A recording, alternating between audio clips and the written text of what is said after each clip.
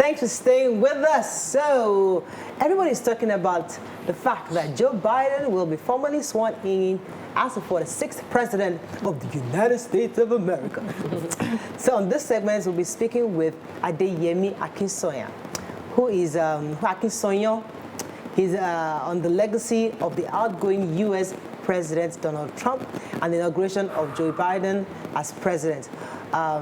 Good morning, Mr. Akinsanyan. Are you there? Hello? Good morning, I'm right there. I'm right there. Good to have you. I can't see you, but I'm assuming that you're there. So tell us, in your view, everybody's talking about the inauguration today. There's been lots of issues of insecurity, especially the fact that during the debate on how to, I think it was the last Wednesday or two Wednesdays ago, we had issues at the Capitol. Yeah. And right now, the National Guard have been, the insurrection, thank you, Tokwe, for reminding me. So right now, we have the National Guard, for the past few days, they've been cordoning it off and putting perimeter fencing, and just to ensure the inauguration is quite secure. Could you give us your own assessment of the entire inauguration and what America has become to the world at this time?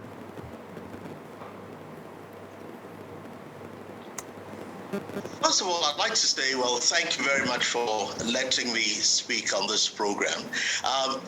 The things that happen in America are important to us in Nigeria, not just because America is the great country or the large or the powerful country that it is, but increasingly these days, many of us have children and family. There is hardly a home in Lagos and many parts of upper Nigeria that cannot count a father, a mother, a wife, a husband, a child, and so on and so forth, who is in America. So the things that happen in America are of very great significance to us. But the events of the past few days have showed us a few things about the inauguration. It has come at a time when certain things have happened that did not come to the fore before. One of them is that more than ever before, the country and the world is conscious that some of the things that we had assumed had been papered over, had been passed in the history of America, have actually just been like a festering wound that had been kept under a bandage but was not healing. And so that we realize that a lot of the issues around race and racial inequality, white nationalism or white supremacy, any of those things, domestic terrorism to support that white nationalism. These are things which I'm sure even the United States felt they had placed under wraps and had controlled. But the events of the past few days and leading up to this inauguration are letting us understand that it is not necessarily so, and that these things are still matters that over the next few years, the United States government and people have to spend a lot of time in addressing. All right, let me put together. Speaking about... Yes, please. Let me just come in here. I find myself always heavily involved in political discussions, especially recently about America, and people wonder why we're discussing this, because America is like the signpost of democracy to the world, and having them have this level of instability worries the world and should worry us Nigerians. So I want to step in to help us personalize this story.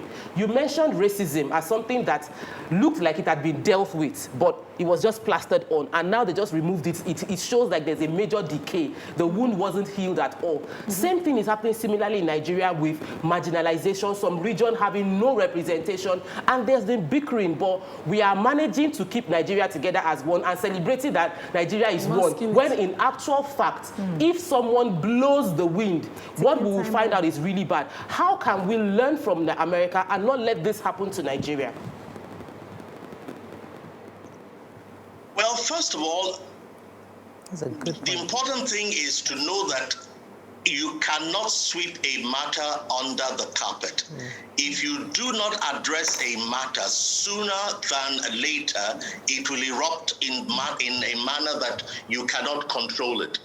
We've seen it happen in America. We find that the same thing will happen in Nigeria, ultimately, if care is not taken. You can only suppress a situation, you can only suppress a people for only so long. Eventually, if you do not address the matter, it will erupt. The other thing we learned from America, and also which is useful for us to learn here, is that it is time we began to learn about the importance of what we say. There's a movement. I believe that the movement of nonviolent communication, for example, is something that we need to learn. Leaders ought to know whether you are an actual political leader or just one who has control of influence. You have to be careful of the kind of things that you say, the kind of things that you inspire, the kind of statements that appeal to people, because it is capable of bringing up reactions much more than you recognize, which is what culminated in the attack in January 6th in Capitol building. And in Nigeria, one of the things that we need to begin to say to ourselves is, can we cultivate a culture where we learn to speak principles, issues, facts, and figures, rather than abuse and accusations and language that incites? That is the one thing that I believe that we need to learn from. And when we have political campaigns, there's so much of abuse of people, of talking people down. There's a lot of violence. There's a lot of abuse. We need to begin to move away from that, because if there's a lesson we learn, it's that language incites. When it incites, sometimes it is uncontrollable. Right. All right, sir. So a lot of Africans and Nigerians, most especially, were excited about Biden. Looking through what happened during Trump's administration, he withdrew from the World Health Organization. He halted the support of the UN, which carried out major of his funding programs in Africa, and also left the Paris Agreement. Now, there's this optimism that Biden will be different. In your opinion, do you think Biden will do more to foster the relationship between Nigeria and the US, and Africa and the US? I believe it is reasonable to be optimistic, because even before you get to the arena of politics, you need to watch a person's antecedents. If there's one thing that has impressed me about Biden so far, is that he's very highly focused on what we call diversity and inclusion. He has a soft spot to deal with the underdog, to address the issues of the minority. I mean, if you look at his cabinet, he has a very high level of women, a high level of minorities. He's dealing with colors. So if that is the attitude he has, if he has a feeling that, yes, we need to involve everyone, everybody plays a part, I am optimistic that that view is going to affect even his worldview of American politics and American international relations. He's going to think beyond just the American supremacy. He's going to be very sensitive to the needs of the rest of the world. He's certainly a person who strikes me as one who cares for everybody. All races, all sexes, all religions, all peoples. I believe he's inclusive. All right, go ahead. So Nigerians, we like to talk, and celebrate Nigerians abroad. And this administration already, with the cabinet established, has a lot of Nigerians, at least two major Nigerians. We have Adeyemi and Mosareme Okolo already going to be working with the president. How, is our excitement valid? And let's quickly talk also on the age of the president. In Nigeria here, we criticize our own for being too old, but then we have the American president now older. He's 77 or 78 now, and if he was going to run for a second time, he would be above 80. What implication does that have, for us? How does it affect us, or should we be bothered? Okay, well, Thank you for that. Well, first of all, let me speak about Nigerians. I'd like to say this. I'm excited as a Nigerian that Nigerians abroad are having a chance to show that we are not just a nation of scammers and 419ers. That image is very annoying, and I'm glad that at least opportunities like this show that Nigerians are excellent. The scammers are just an insignificant minority who are just getting an unfair share of publicity. But one thing I want to say to us in terms of the Nigerians being appointed in Biden's government, let's remember that they are naturalized Americans. Although they are originally Nigerians, they are now Americans. They have been appointed because they are Americans. They are not representing Nigeria in a direct sense, and I want Nigerians, therefore, to try to please manage their expectations and not expect them to begin to start acting as Nigerian ambassadors in the government. But yes, it's good to be proud of them. But let us please not put undue pressure on them. In their position there, they are Americans. They are serving an American government. So he did not appoint them as Nigerian ambassadors. You talk about age. I believe that age is a matter of how fit the person is mentally and intellectually. If a man at 100 is strong enough, good. A man at 44 may not be good enough. I believe that although the last president of the US was even slightly younger than the incoming president, people were beginning to say things that were not so nice about his intellectual state, about his mental state, and things like that. So it is not a matter of age. It is a matter of the individual. A person can be 85 and extremely fit intellectually and mentally, and he can be 35 and he can be off his words. Okay, let me express my worry, and my worry is 73 million Americans voted for Trump. Trump is the first president in 150 years not to attend the inauguration. I mean, he clearly said he wasn't interested.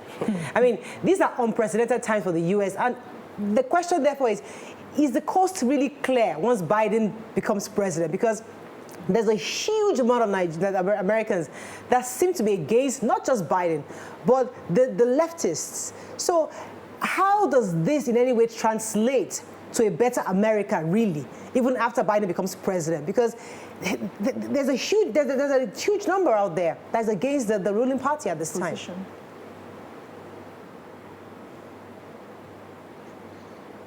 Are you there? You know, I mentioned earlier that Yes, I'm there. You know, I mentioned earlier that the American problem that has to do with racial inequality has not been fully addressed. But I also want us to be a little careful about assuming that all of this is about those matters of race or racial inequality. Because, you see, when you look at the Trump presidency, you'll find that at the end of the day, he did do quite a few things. I listened to his farewell speech, and I said to my wife when we were both looking at it, I said, if this man had this kind of speech 4 times before the voting, he would have won the election. There are many Americans that have voted for him because for them, make America great again meant make America white again. No doubt about that. There are many persons for whom his era allowed a lot of whitish or racial things to be positive, but I don't think we should forget some of the positive things that he brought to the government, which people appreciated and for which a great number of those 70 plus million people voted for him. I'll tell you a few of them, for example. I personally believe that we don't give enough credit. We have not given enough credit to the fact last 4 years, ISIS has been a bit more quiet. Syria has been a little bit more quiet. There has been a little bit more, even our friend, the rocket man, has not tested as many missiles as it was in the ailing days of the Obama government. And he has allowed people to understand that, even America is not standing up to be what it is. Some people say he has abdicated American leadership. But the truth is, in very many ways, he has caused the world to sit up, if only for fear of the fact that this madman may release a nuclear bomb. But the truth is, a lot of persons all over the world that have been quick to draw bombs and do car bombs and things like that, there's been a lot less of that. ISIS has been quiet, Syria has been quiet, Northern Korea has been quiet, even Iran has been careful. And in terms of the state of America itself, religious expression has become freer. People can pray more openly now. People can talk about their religions. Even the Muslims that he seemed to hate have been able to express their religion a little bit more freely than before. People have been allowed to do what they want to do. So there are many things. During his time, there was a lot of the stock market went up in very many ways, even though a lot of the foundation of that had been laid from the time of Obama. But the truth is, Trump was not all that bad. What overshadowed the good he did was his personality. Right. Okay, sir. So with everything that's happened in the U.S., what do you think it will take Nigeria to build a firm democracy, a strong institution, to give the people enough power to be able to reject bad governance without shedding blood?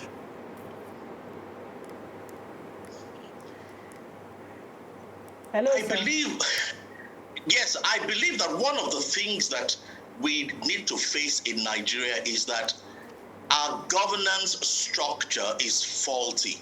Year after year, we have run away from addressing it. The governance structure is faulty. The cost of governance is high. We cannot afford to continue the way we are going to go. And if we don't manage the breakdown, if we don't manage the restructuring, my fear, my daily nightmare is that it will erupt by itself. And people who do manage demolitions will tell you that you can manage a demolition in such a way that you can cause little collateral damage. But if you allow the building to explode on its own without control, the damage can be catastrophic. My concern with Nigeria is we need to start addressing our form of government, our cost of government, what qualifies people to be in government, and so on and so forth. That needs to be addressed. If we don't, it will blow up on us. Let me take a few tweets before we run off. Yes, Nima. So Festus Akiboyewa says, those who think we are the worst in terms of our democracy should think twice. We have seen vote buying, stomach infrastructure, political thugs, violence and death played out in U.S. democracy, but kudos to them for having strong institutions. Festus Akiboyewa continues and said, Trump lost over 60 court cases because U.S. courts are independent. Department of Justice and other key institutions refuse to be used by the sitting president. This is what we need in Nigeria. Unfortunately, we have to wrap up on this. Thank you very much, Mr. Akinsanyan. Thank you for joining us. It was such a pleasure having you on the show. We hope to have you soon again. Thank you very much for having me, and I look forward to coming again soon. All right. Thank you. All right, ladies, that's all we can take on the show. Thank you. Thank you. See you tomorrow. Have a lovely day. Bye for now.